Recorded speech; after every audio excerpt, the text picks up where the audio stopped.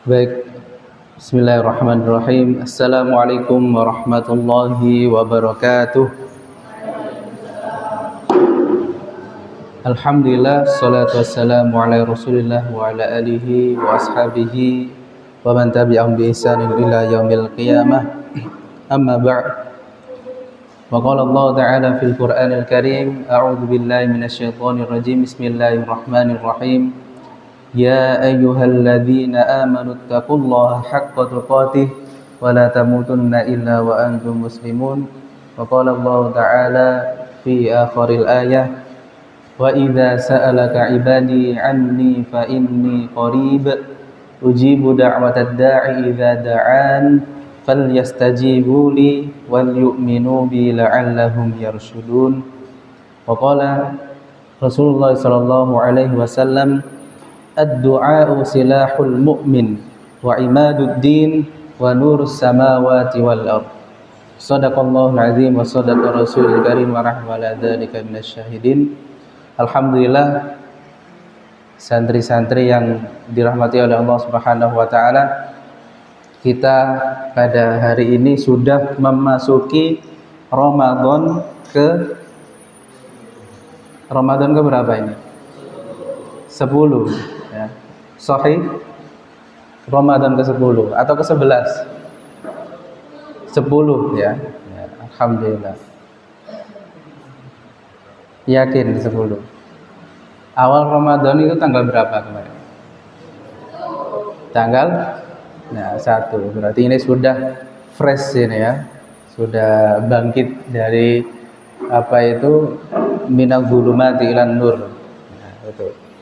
Baik santri-santri, bahwasanya ketika di bulan Ramadan ya, ketika kita di bulan Ramadan itu banyak sekali amalan-amalan yang bisa kita lakukan.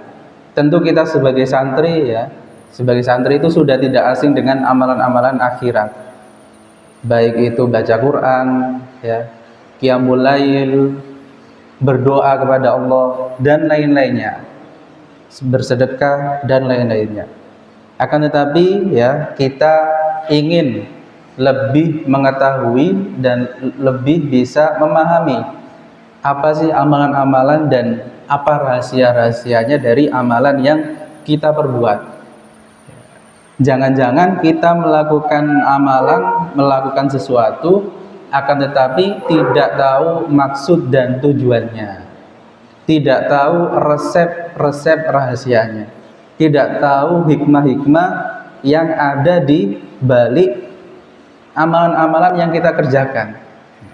Maka kita perlu thalabul ilmi, yaitu mencari ilmu, baik itu mendengarkan kajian ataupun membaca kitab-kitab atau membaca buku-buku, terutama tentang doa ya, terutama tentang doa. Ada yang tahu apa itu doa? Ya, ada tahu apa itu doa? Ya, siapa ini yang Mas Cipta ya, ayo operator ya. Apa itu doa Mas Cipta? Hah? Mas Kafka, apa itu doa?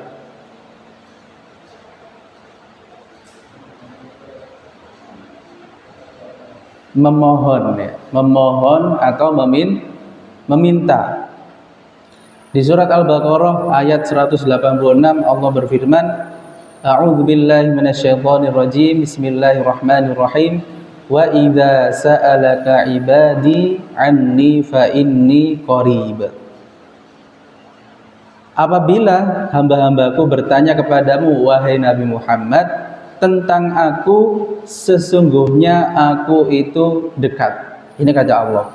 Sesungguhnya aku atau Allah itu dekat. Ujibu da'watad da'i idza da'ani falyastajibu li wal yu'minu bi. Ya, itu lanjutannya. Aku, kata Allah, mengabulkan permohonan atau permintaan orang yang berdoa apabila dia berdoa kepadaku. Maka hendaklah mereka memenuhi perintahku dan beriman kepadaku. La'allahum yarshudun, agar mereka selalu berada dalam kebenaran. Nah, perintah ini ya, ayat 186 ini adalah ayat yang berada di rentetan ayat tentang puasa, yaitu dimulai dengan ayat 183. Ya ayyuhalladzina amanu kutiba alaikumusiyam, dan seterusnya, setelah itu seterusnya. Nah, di ayat doa, tentang doa ini adalah salah satu rentetan dari bulan Ramadan, yaitu bulan puasa. Maka dengan ini ya, hikmah yang terselubung adalah ketika di bulan Ramadan kita dianjurkan untuk memperbanyak doa. Doa yang biasanya dipanjatkan ketika bulan Ramadan apa doanya? Doa apa? Allahumma laka sumtu.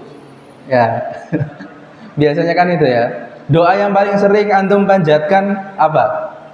Di bulan Ramadan. Apa? Dhahaba dhama'u atau Allahumma laka sumtu gitu. Ya. Apa? Doa yang paling sering dipanjatkan di bulan Ramadan. Pasti doa berbuka puasa, yaitu apa? Allahumma laka sumtu, atau yang versi satunya zahabat dhama'u, dan seterusnya. Ada satu doa lagi yang dipanjatkan ketika bulan Ramadan, yaitu apa? Di malam hari setelah sholat taraweh dan setelah sholat witir. Apa itu? Allahumma innaka afuun tuhibbul afwa fa'fu anni. Inti dari doa itu apa? Santri-santri, inti dari doa itu adalah mengharap pengampunan dari Allah, ya, mengharap pengampunan dari Allah. Ini doa, ya, doa. Bahkan di kitab ini bahwasanya diterangkan doa adalah obat yang amat bermanfaat dan musuh bagi bencana. Rasulullah SAW bersabda, ya, ini dalam riwayat Al-Hakim dalam Sahihnya, beliau menyampaikan hadis dari Ali bin Abi Thalib radhiyallahu anhu, atau biasanya kalau sahabat Ali bin Abi Thalib ini gelarnya adalah karramallahu wajha, ya, karramallahu wajha. Bahwasanya suatu ketika Rasulullah bersabda, ad-du'a'u silahul mu'min, ad-du'a'u silahul mu'min. Coba diucapkan setelah saya, ya. Mungkin ya alhamdulillah kalau kajian ini kalian itu menghafal satu hadis, ya. Ad-du'a'u silahul mu'min, ad-du'a'u silahul mu'mini wa imaduddin, wa imaduddin wa nurus samawati wal ard, wa nurus samawati wal ard. Nah, mudah ya. Ad-du'a'u silahul mu'min. Doa itu adalah senjata kaum mukmin. Doa itu senjata kaum mukmin. Wa imaduddin, dan juga merupakan tiang agama. Nah, kita tahu bahwasanya tiang agama itu biasanya kan apa? As-sholatu imaduddin. As-sholatu imaduddin. Salat itu tiang agama. Apabila tiangnya runtuh, maka rumahnya juga akan rubuh. Ya apa enggak? Ya. Jika tiang di suatu rumah itu roboh, maka bisa jadi rumahnya itu roboh. Tapi kalau cuma gentengnya saja yang rusak, ya mungkin gentengnya dijugui rusak kena angin, insya Allah rumahnya masih kokoh. Tapi coba kalau tiangnya itu kita ambil, pasti biasanya roboh. Nah, selain sholat itu adalah imaduddin, sholat adalah tiang agama, doa ini adalah tiang agama. Kenapa seperti itu? Ya insya Allah nanti kita bahas ya setelah ini. Wa imaduddin, dan tiang agama. Wa nurus samawati wal ard, dan cahaya bagi langit dan juga bumi. Wa nurus samawati wal ard, dan cahaya bagi langit dan bumi. Jadi inti doa ada 3. Doa adalah senjatanya kaum mukmin, doa adalah tiang agama, dan doa adalah penerang, ya, penerang bagi langit dan bumi. Pertanyaannya, ya, bagaimana saat kok doa itu menjadi senjatanya mukmin? Doa itu kok bisa menjadi senjatanya mukmin? Iya, karena ya di dalam sirah Nabawi, ya, bahwasanya ketika itu kan ada terjadi perang yang sangat besar, yaitu antara orang mukmin dan juga orang-orang kafir Quraisy. Peristiwa perang apa itu kira-kira? Peristiwa perang apa antara kaum mukmin dan kaum Quraisy, yang kaum mukmin jumlahnya 313 orang, perang Badar. Terjadi di mana? Di lembah Badar, Al-Badr, yaitu Badar. Coba kalau cuma orang-orang mukmin itu jumlahnya 313 dan senjatanya itu minim. Ya, senjatanya minim. Melawan orang-orang kafir yaitu berapa? 1000. Ya. 1000 banding 313. Nah, itu 1 banding berapa itu kira-kira? 1 banding berapa itu? Banding 3 atau banding 4 ya? Sekitar itu. Ada banding 3 lah. Nah, itu dan kondisi itu, ya, mukmin itu jelas kalau kita pakai logika pasti itu kalah kalau pakai logika. Akan tapi ketika itu, ya, sudah tidak ada logika, tapi langsung bantuan dari Allah Subhanahu wa taala. Dan ingat bahwasanya di balik peristiwa kemenangan perang Badar itu ada Rasulullah yang tidak henti-hentinya berdoa kepada Allah. Ya, Bangga. Salah satu doanya apa? Ada yang tahu salah satu doanya yang familiar, yang artinya adalah jika kaum mukmin ini kalah, maka tidak ada lagi yang menyembahmu di muka bumi ini. Nah, itu doa yang sangat fenomenal, yaitu pertaruhan antara hidup dan mati. Itu roda-roda maksa Gusti Allah sebenarnya. Kalau kita lihat bahwasanya doa Rasulullah ini adalah doa yang sudah mentok. Rasulullah, ya, berdoa kepada Allah, sudah beliau itu melihat bahwasanya tidak ada yang bisa menolong lagi kecuali Allah. Tidak bisa, siapa yang mau menolong orang mukmin pada saat itu kalau tidak Allah? Maka di balik peristiwa itu ada doa Rasulullah yang dipanjatkan dari malam sampai pagi. Ya.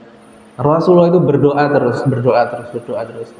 Bahkan sampai Sayyidina Abu Bakar itu mengatakan bahwa saya sudah wahai Rasulullah, sudah gitu. Karena saking berdoanya Rasulullah itu tidak henti-hentinya.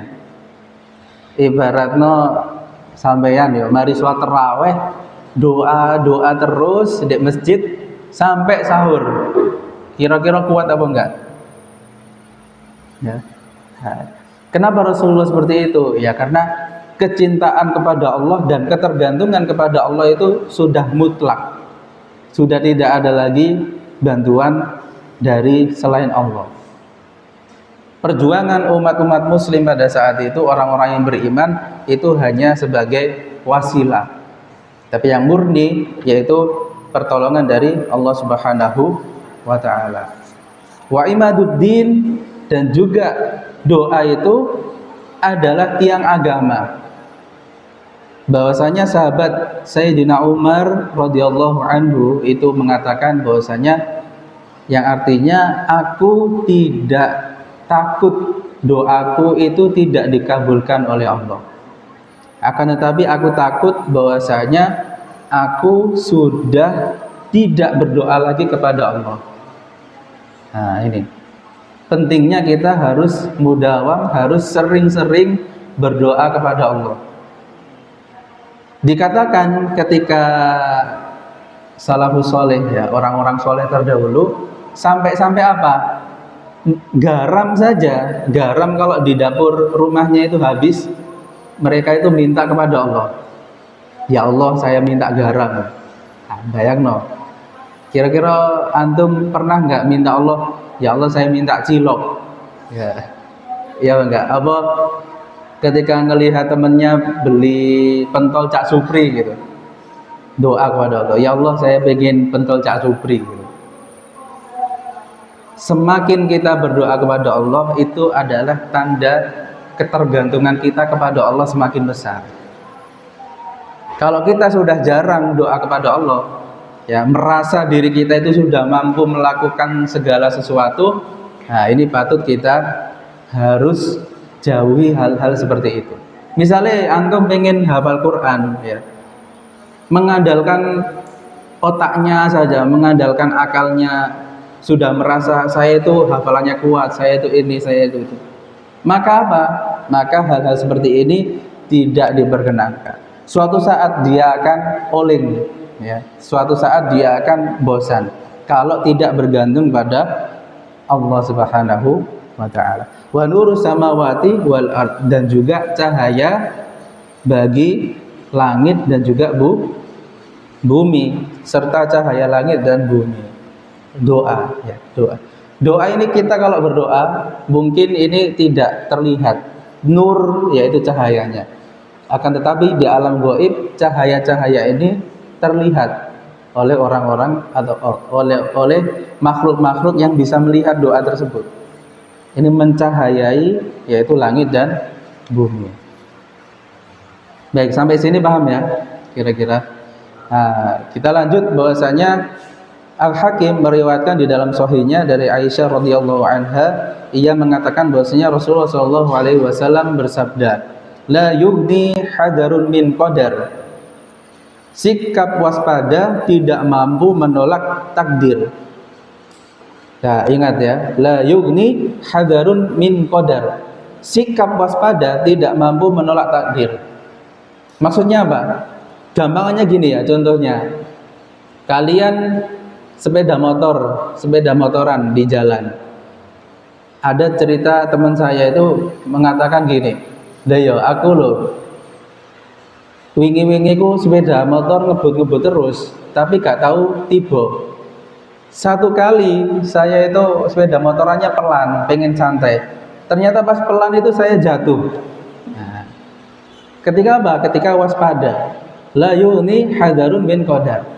Tidak ada sikap waspada itu mampu menolak takdir. Kalau kalian hari itu takdirnya misalkan patah tulang, ya, pasti apa? Pasti patah tulang. Misalkan kalau kalian takdirnya kalian itu masuk neraka, nah ini lebih anu lagi. Coba yang apa, yang tidur itu coba bangunkan. Misalkan ya, misalkan gini, kalian itu kita percaya apa enggak dari kita apa itu di kandungan apa itu sampai kita meninggal, sampai kita masuk neraka atau surga itu sudah dituliskan Allah atau tidak kira-kira? Takdir semua untuk diri kita sampai masuk surga atau neraka itu sudah dituliskan Allah atau tidak kira-kira? Sudah. Kita semua itu sudah ditakdirkan kita masuk surga atau neraka. Misalnya apa, Fahri misalnya ditakdirkan masuk neraka, ya. Terus ada yang satunya misalnya apa, Al-Mumtaz ditakdirkan masuk surga. Ini dua-duanya ini takdir, ya. Dua-duanya ini takdir. La yughni hadarun min qadar. Sikap waspada itu tidak mampu menolak takdir. Tidak mampu menolak takdir. Masih al-mumtaz misalkan mondok dan sebagainya. Kalau takdirnya itu masuk neraka, dia masuk neraka. Nah, ini rada-rada agak bingung ini kalau bahas takdir. Saya ulangi lagi ya. Saya contohkan misalnya Nafi. Nafi meskipun mondok baca Quran, hafal Quran, ini takdirnya masuk neraka, dia masuk neraka. Paham? Paham ya? Sebaliknya, misalnya ada orang di luar sana namanya Rizal, misalkan. Rizal ini mabuk-mabukan. Ya. Rizal ini mabuk-mabukan, ya. Wayahe poso gak poso, wayahe buka melu buka, wayahe sahur melu sahur, wayahe salat Id maling sendal misalnya. Ngono terus uripe Rizal itu, ya. Wayahe ngaji turu misalnya. Wis kaya ngono. Nah, meskipun Rizal seperti itu, ternyata takdirnya itu dia masuk surga.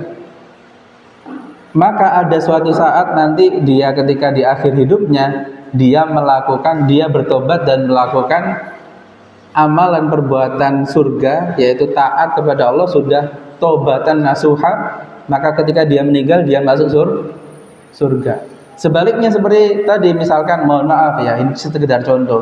Nafi misalnya sudah setiap hari ngafal Quran sampai nanti lulus pondok hafal 30 juz. Seperti itu ternyata catatan takdirnya itu dia masuk neraka. Maka di akhir hidupnya nanti dia maksiat, entah itu minum-minuman keras atau berzina ya, dan sebagainya. Maka ketika dia meninggal dia masuk neraka. Itu yang namanya takdir. Ya, itu yang namanya takdir. Dipertegas oleh Rasulullah, la yughni hadarun min qadar. Sikap waspada tidak mampu menolak takdir. Nah, itu ya, tidak mampu menolak takdir. Tapi ya iki aja teruse, engko salah persepsi antum ya. Tetapi apa? Wad du'a'u yanfa'u mimma nazala wa mimma lam yunzil. Wa mimma lam yanzil. Wad du'a'u yanfa'u mimma nazala wa mimma lam yanzil. Tapi ini ada kabar baiknya ya, yaitu apa? Doa itu memberikan manfaat kepada hal-hal yang telah terjadi dan yang belum terjadi.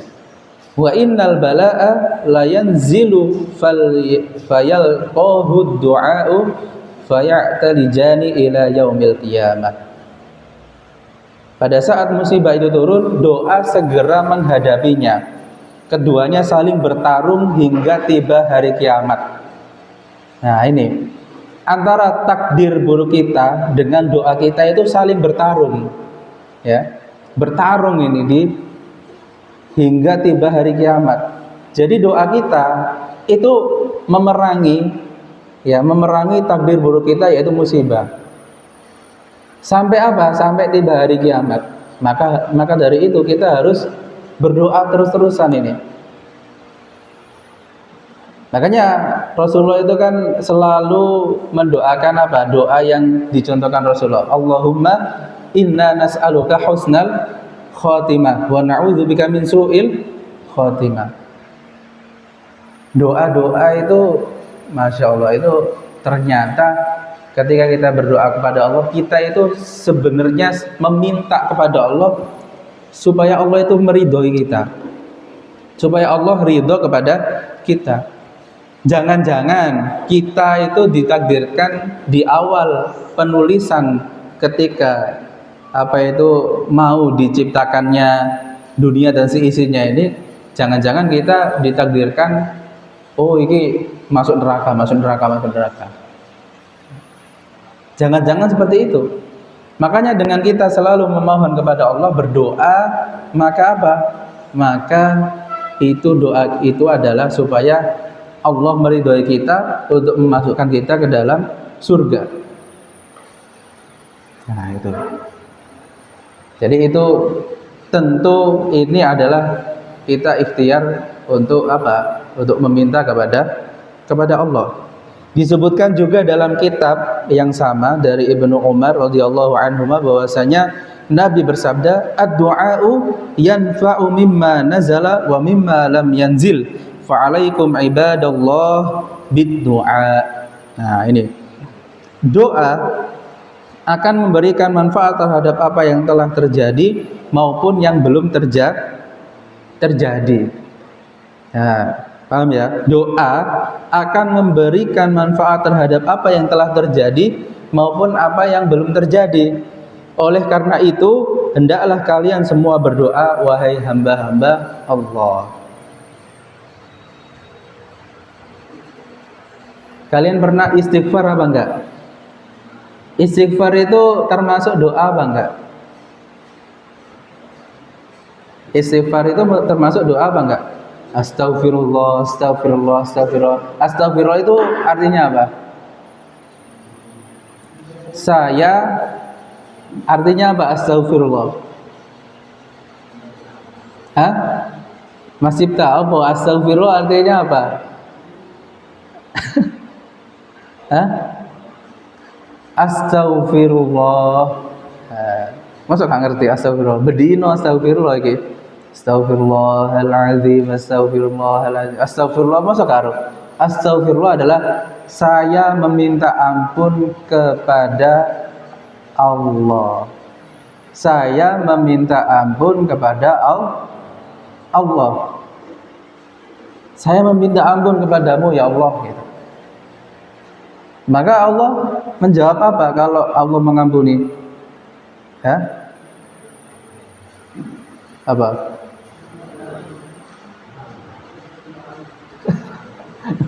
Mona amai. Maka Allah akan mengampuni dosa-dosa kita. Astagfirullah itu termasuk doa apa enggak? Doa sebenarnya. Yaitu doa apa? Meminta supaya Allah mengampuni kita. Itu salah satu doa apa? Untuk mengampuni perbuatan-perbuatan yang sudah kita perbuat. Yaitu apa? Mimma nazala, yaitu manfaat terhadap apa yang telah terjadi maupun yang belum terjadi. Wa mimma lam yanzil. Misalkan yang belum terjadi itu apa? Besok ya. Atau enggak usah besok, nanti jam 12 kira-kira kalian ngapain? Kira-kira jam 12 kalian ngapain? Mokel. Apa? Sholat zuhur ya, sholat zuhur. Jangan mikir mokel sih ya, untuk poso beduk ya.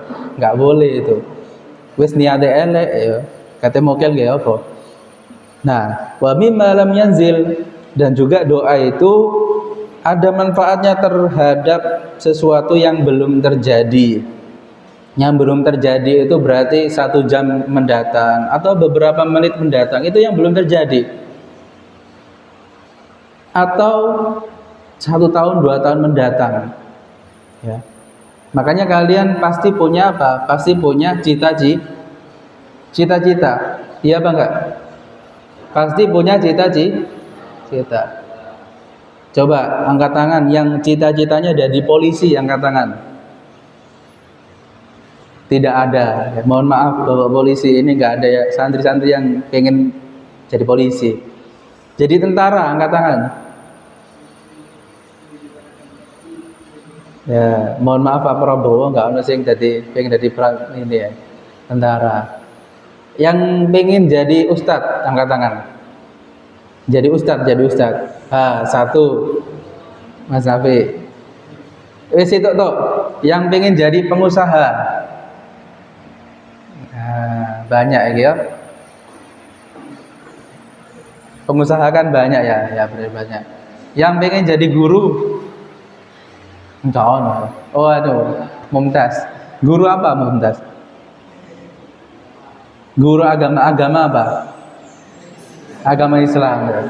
Ya takutnya nanti agama lain ya. Apalagi ada yang pengen jadi dosen.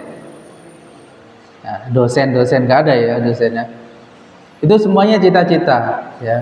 Kalau yang belum angkat tangan berarti mungkin cita-citanya di luar nalar. Mungkin ada yang mau jadi pembalap ya. Ataupun pilot. Ada yang mau pengen punya bengkel misalnya. Hah? Ya, punya bengkel bisa. Bengkel mobil, bengkel sepeda motor. Nah, bahkan ya, saya itu pernah menanyakan kepada santri-santri, apa cita-cita kalian ketika kalian meninggal? Nah, maksudnya apa? Ketika kalian meninggal, meninggalnya kalian itu dalam keadaan seperti apa? Kira-kira. Ada yang menjawab, saya ingin meninggal ketika menghafal Al-Quran, Ustaz. Wah, luar biasa. Berarti belum menghafal Al-Quran sudah meninggal. Ada juga yang pengen meninggal ketika meninggal dengan tenggelam. Berarti gak esok ngelangi. Ya. Oh ya, meninggalnya tenggelam. Ada juga saya pengen meninggal ketika sholat Jumat, Ustaz. Khutbah Jumat meninggal, luar biasa. Ada yang pengen meninggal ketika sholat tahajud. Hal-hal seperti itu ya, ini luar biasa. Cita-cita untuk meninggalnya berarti sudah ada. Ingat bahwasanya ketika ada keinginan, ketika kita mempunyai keinginan sesuatu, maka itu adalah salah satu ciri Allah sudah membukakan pintu kita untuk menggapai sesuatu. Paham ya? Ketika kita ingin sesuatu, maka itu adalah salah satu cara Allah untuk membukakan bahwasanya Allah akan mengabulkan sesuatu itu. Contoh, sampean pengen makan misalkan. Makan ketika buka puasa. Ada yang buka puasa nggak pengen makan? Pasti semuanya pengen makan. Setelah itu makan apa enggak kalian? Ya, berarti salah satu contohnya. Salah satu contoh lagi misalnya Mas Dafa kan selesai 30 juz ya. Ya, Masya Allah. Siapa yang pengen selesai 30 juz lagi? Angkat tangan. Sing gak angkat tangan ya sing turu-turu ya, alhamdulillah. Semoga semuanya selesai 30 juz. Amin. Ya. Mas Kafka sudah selesai. Kurang berapa? 1 halaman. Wah, berarti hari ini hari khatamnya Mas Kafka. Sudah siap hafalannya? Belum ya, disiapkan. Setelah zuhur siap. Wah, berarti setelah zuhur nanti live streaming ya. Apa itu? Bukan live streaming, guys. Anulah. Khataman setoran terakhir ya. Akhina Ananda Kafka. Nanti disiapkan ya. Mas Ibta ya. Kalau Mas Dafa nggak sempat direkam. Berarti ini khatam 30 juz kedua ya. Ya. Kalau yang pertama kan Mas Dafa. Yang sebelum-sebelumnya sudah ada sebenarnya. Nanti di ya. Nah, hal-hal seperti itu kira-kira antum tanya ke Mas Dafa. Mas Dafa itu punya keinginan hafal 30 juz atau enggak? Sebelum 30 juz. Ada keinginan ya. Sekarang sudah terkabul. Nah, yang belum terkabul ini kira-kira ada potensi untuk memang hafal 30 juz atau enggak? Ada. Yang pertama, supaya hafal 30 juz ngapain? Ya ojo istighfar terus ya. Istighfar gak ngapal ya apa. Yang pertama apa? Bersungguh-sungguh. Yang kedua, harus siap menghafal Al-Qur'an. Yang ketiga, Yang ketiga apa? Ya ngapal. Ya, yang ketiga ngapal. Yang keempat berdoa. Yang kelima istiqomah. Kira-kira tahun depan ya.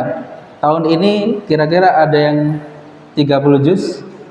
Angkat tangan. Tahun ini. Kira-kira ada yang selesai 30 juz? Kalau Mas Kafa kan hari ini insya Allah. Tahun ini ada yang selesai 30 juz? Angkat tangan. Nggak ada. Tahun depan kira-kira. Wah, okay. Gentleman. Wah, Mas Cipta, Mas Hanif. 2 tahun ke depan. Wah, Mas Nafi. Harus yakin ya. Ketika kita yakin dalam sesuatu, maka insya Allah Allah akan mengabulkan sesuatu tersebut.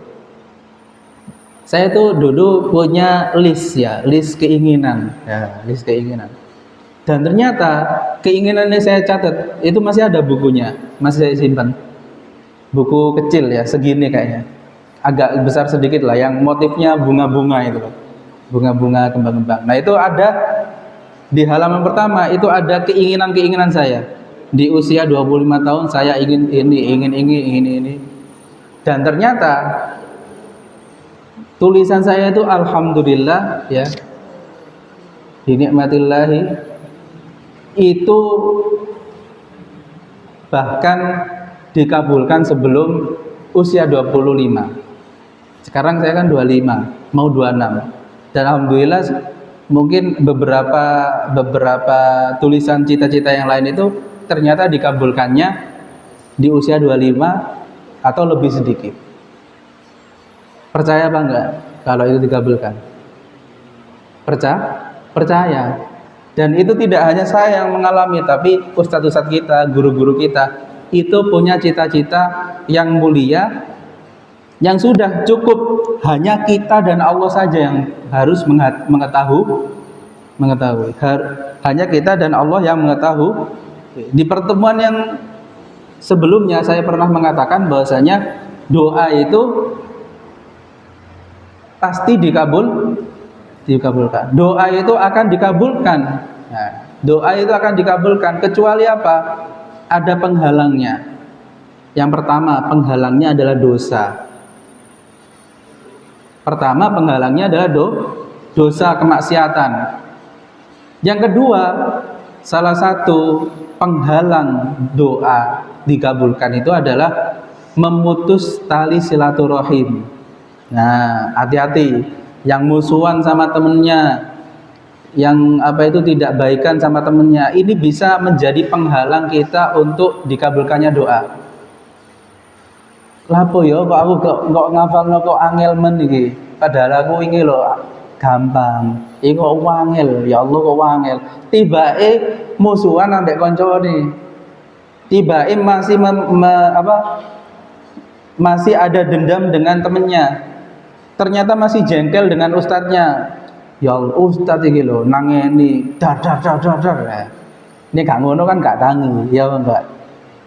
Nah, hal-hal seperti itu kalau kita masih memutus tali silaturahim, kita tidak baikan, kita tidak meminta maaf kepada teman kita tidak meminta maaf kepada ustadz kita tidak, bahkan ya ketika kalian sudah misalnya sama orang tuanya sudah wis gawang tua manis. Nah, bahkan seperti itu, siap-siap hidup kalian akan sengsara. Siap-siap hidup kalian akan sengsara. Karena apa? Karena itu menyimpan banyak sekali hikmah di dalamnya. Kalau kalian memutus tali silaturahim kepada orang lain, maka apa? Orang lain juga akan membenci kalian. Rasulullah mengatakan, "Man la yarham la yurham." Barang siapa yang tidak mengasihi, maka dia tidak akan dikasihi. Nah, makanya sama temennya yang baik-baik ini ya, jangan sampai mengganggu temennya, memutus tali silaturahim dan sebagainya. Terus yang selanjutnya apa? Yang ketiga. Nah, yang ketiga apa? Jangan sampai kalian mengatakan seperti ini. Saya sudah berdoa kepada Allah, tapi Allah belum mengabulkan. Nah, perkataan seperti itu adalah perkataan yang menghalangi doa kita terkabul. Pernah apa enggak kalian berdoa? Kalian mengatakan itu sama temannya? Pernah apa enggak? Kalau pernah, segera bertobat kepada Allah. Istighfar, ya Allah, mohon maaf ya Allah gitu. Jadi keinginan-keinginan doa-doa itu selalu kalian harus bergantung kepada Allah. Jangan nggak usah koncone terus diomongin. Misalnya Mas Cipta ngomong ke Mas Kafka, Kaf, saya itu padahal sudah doa ya, 1 hari 1 halaman, kok hari ini nggak bisa nambah 1 halaman. Nah itu perkataan seperti itu dihindari ya. Padahal saya sudah berdoa, tapi kok Allah tidak mengabulkan. Nah, jangan sampai seperti itu diulang lagi. Paham? Ya, iyyaka na'budu wa iyyaka nasta'in. Hanya kepadamu kami menyembah dan hanya kepadamu wahai Allah kami meminta pertolongan. Wis, cukup kepada Allah. Kalian adalah orang-orang yang meyakini Allah, beriman kepada Allah, maka yakinlah kepada Allah bahwasanya Allah yang akan menyelesaikan urusan kita satu. Kadang kok ada santri cek bingung lah apa bingung Ustaz, ya apa ya? Kapalah bingung. Kok iso kalian itu bingung padahal kalian mempunyai Tuhan yang selalu memberikan jalan keluar di dalam setiap persoalan. Bahkan ada kata-kata lapo kok bingung ya, Tuhanmu itu loh Allah. Ubur-ubur ikan lele ojo bingung le. Nah, kan aneh ya. Tuhan kita itu Allah ya. Allah itu maha kaya, Allah itu maha baik, Allah itu maha segalanya, maha pemurah, maha pengasih, maha pemaaf. Maka jangan sampai kita lupa dengan Allah. Yang pengen kaya, yang itu tadi, yang cita-citanya pengen jadi pengusaha, jangan lupakan berdoa kepada Allah dari sekarang. Ya, dari sekarang doanya, ya Allah saya pengen jadi pengusaha. Sertakan alasannya apa? Antum pengen jadi pengusaha, pengen sukses, pengen kaya raya itu apa? Saya pengen kaya raya karena pengen supaya saya bisa membantu fakir miskin, membantu anak-anak yatim, membantu para janda, membantu dan sebagainya, membantu semuanya. Nah, kalau kalian punya cita-cita dan punya alasan di balik cita-cita itu, kalian semakin kuat dan yakin. Contoh, kalian pengen apa tadi? 30 juz, ya apa enggak? Kenapa kalian pengen 30 juz? Satu saja, Mas Cipta. Kenapa kok pengen hafal 30 juz? Apa? Kenapa? Hah? Ini Mas, lapo pengen 30 juz, hafal 30 juz. Wah, luar biasa. Biar bisa mengasih mahkota kepada orang tua. Di mana? Di surga. Baik. Luar biasa. Oke, Mas Nafi, apa cita-cita nih? Kenapa kok pengen hafal 30 juz? Karena pengen menjadi ahlul Quran. Nah, ini terakhir guys. Siapa? Ayo Mas. Kenapa kok pengen hafal 30 juz? Sampean.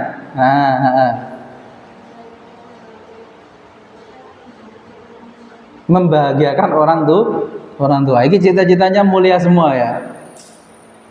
Guru saya ya, Ustadz Ihsan Rufik itu, beliau hafal 30 juz Terus beliau hafal kiroat, ya kiroah asroh itu ya, macam-macam bacaan Al-Quran itu.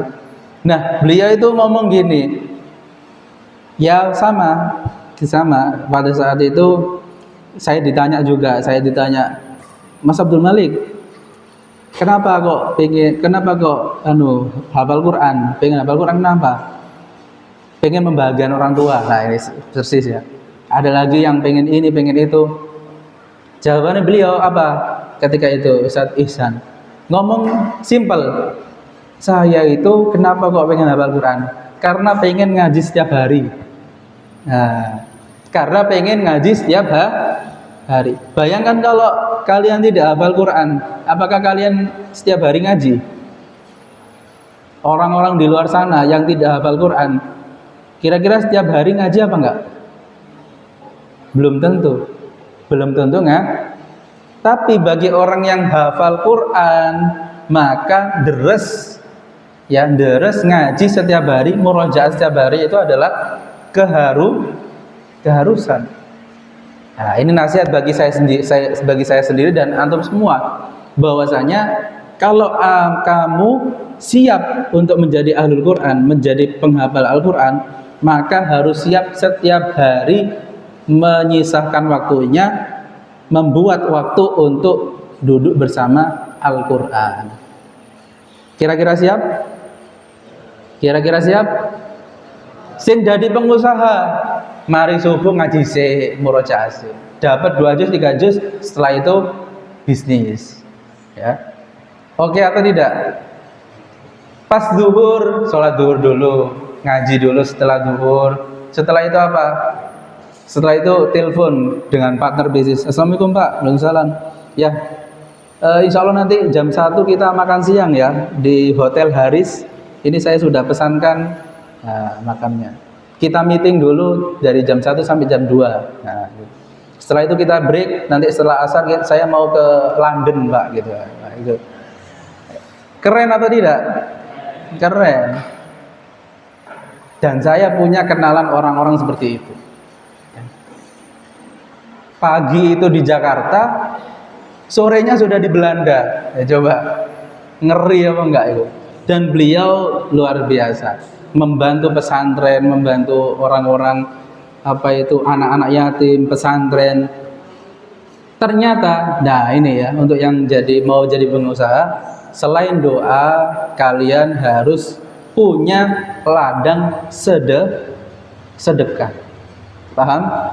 Selain doa, kalian harus punya ladang sedekah. Sedekah itu ya, kata salah satu kenalan saya ya, yaitu beliau juga pengusaha, misalkan namanya Abah Imron misalkan. Nah, beliau itu mengibaratkan gini, ya ini ilmu dari bapaknya. Sedekah itu adalah seperti kita punya mata air. Ya. Ketika kita semakin banyak sedekah, maka mata air kita itu semakin besar. Maka rezeki kita, Allah semakin yakin untuk menitipkan rezeki kepada kita. Makanya untuk kalian nanti menjadi orang-orang kaya, jangan sampai lupa dengan sedekah dan doa. Nah, di hadis yang lain ditegaskan juga bahwasanya la yuraddul qadara illa du'a. Kalau ini lebih jelas lagi, la yuraddul qadara illa du'a, tidak ada yang bisa menolak takdir kecuali doa. Paham ya? Kayak tadi itu. Kalian ditakdirkan, ada yang ditakdirkan masuk neraka, maka jangan usah khawatir. La yuraddul qadara illa du'a, tidak ada yang bisa menolak takdir kecuali doa. Kalian misalkan ditakdirkan bodoh misalnya, takdirkan. Kira-kira bisa apa enggak menjadi pintar? Bisa, dengan belajar dan doa. Karena apa? Allah berfirman, wa yamhullahu ma yasha wa yusbit. Allah itu ya yang menghapus segala sesuatu dan menetapkan segala sesuatu. Kan Allah yang menjadikan, yang mematenkan takdir kita, iya apa enggak? Kan Allah yang menetapkan takdir kita. Apakah bisa Allah itu mengubah takdir kita? Ya, bisa. Allah itu yang menetapkan takdir kita. Allah yang menetapkan takdir, apakah bisa juga Allah yang merubah takdir kita? Bisa. Ini la yuraddul du'a, la yaruddul qadara illa du'a. La yaruddul qadara illa du'a. Tidak ada yang bisa menolak takdir kecuali doa. Wala yazidu fil umri illal bir. Nah, tidak ada yang bisa menambah usia kecuali kebajikan. Pernah dengar bahwasanya silaturahim itu memanjangkan umur? Nah, ini korelasi antara hadis tersebut. Wala yazidu fil umri illal birru. Tidak ada yang bisa menambah usia kecuali kebajikan. Wa innar rajula la yuhramur rizqa bidzambi yusibuhu. Sungguh seorang benar-benar akan terhalang dari rizkinya karena doa yang ia karena dosa yang ia kerjakan. Seseorang benar-benar akan terhalang dari rizkinya karena dosa yang ia kerjakan. Makanya nek rezekine seret, kudu introspeksi diri. Jangan-jangan kalian banyak dosanya. Kalau sudah seperti itu, oh iya, saya kemarin ada cewek lewat di depan pondok saya, sweet. Nah, dosa apa enggak itu? Dosa. Ada cewek lewat pondok ngomong, cewek. Nah, dosa apa enggak? Dosa. Itu semuanya adalah dosa yang harus kita istighfar, meminta ampun kepada Allah. Karena apa? Rasulullah sudah mengabarkan kepada kita, la yuhramur rizqa bidzambi. La yuhramur rizqa bidzambi. Di sini adalah ya, la-nya ini yaitu la taukid. La-nya digunakan untuk taukid. Taukid itu apa? Menegaskan sesuatu. Benar-benar seseorang akan terhalang rizkinya karena dosanya. Bisa dipahami? Bisa. Makanya kita sebagai seorang muslim, sebagai seorang mukmin dianjurkan untuk selalu berdoa kepada Allah. Man lam yas'alillah yaghdab alaihi. Barang siapa yang tidak meminta kepada Allah, niscaya Allah akan murka kepadanya. Nah, ini ya. Berarti apa? Anjurannya harus doa. Kalau enggak gitu kita dimurkai oleh Allah. La ta'jazu fid du'ai fa innahu la yahliku ma'ad du'ai ahadun. Jangan kalian lemah dalam berdoa, karena sesungguhnya tidak ada orang yang binasa dikarenakan doa. Bahkan ya Al-Auza'i menuturkan dari Az-Zuhri, dari Urwah, dari Aisyah radhiyallahu anha, beliau mengatakan bahwa Rasulullah SAW bersabda, innallaha yuhibbul muhillina fid du'a. Sesungguhnya Allah menyukai orang-orang yang terus-menerus mengulang-ulang ketika berdoa. Jadi jangan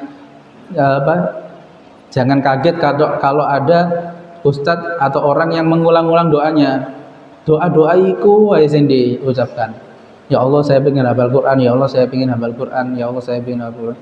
Gitu terus. Ya enggak apa-apa. Sampai nanti kita ternyata hafal Quran. Kalau sudah hafal Quran, ganti lagi, ya Allah semoga mungkin hafalan saya gitu-gitu. Kalau sudah mungkin, ganti doa lagi. Itu ya, setiap hari misalnya, ya Allah pengen kaya, ya Allah pengen kaya. Gitu. Sampai sini bisa dipahami ya kira-kira? Insyaallah. Kira-kira ada yang ditanyakan? Ada pertanyaan? Cukup? Insyaallah seperti itu ya kajian pada hari ini.